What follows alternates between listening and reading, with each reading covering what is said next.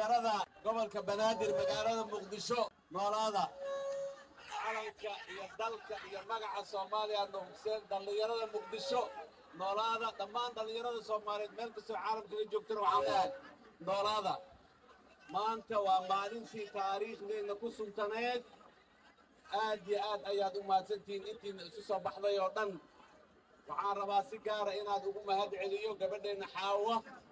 ee runtii maalmahan oo dhanna idaacadda u taagneed fursaddan inay timaado Xaawa degan waa mahadsantahay guud ahaan qof kasta sidaas inuu dalkiisa u jeclaado dalkiisa oo u huro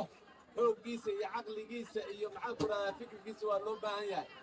aad iyo aad ayaad u mahadsantihiin ciid wanaagsan ciid wanaagsan ciid wanaagsan ما مغلو عدك وقابل عيد وناكسن بوليس هذه كذا عيد مبارك دمان وما سنتين أبيض وما سنتين أبيض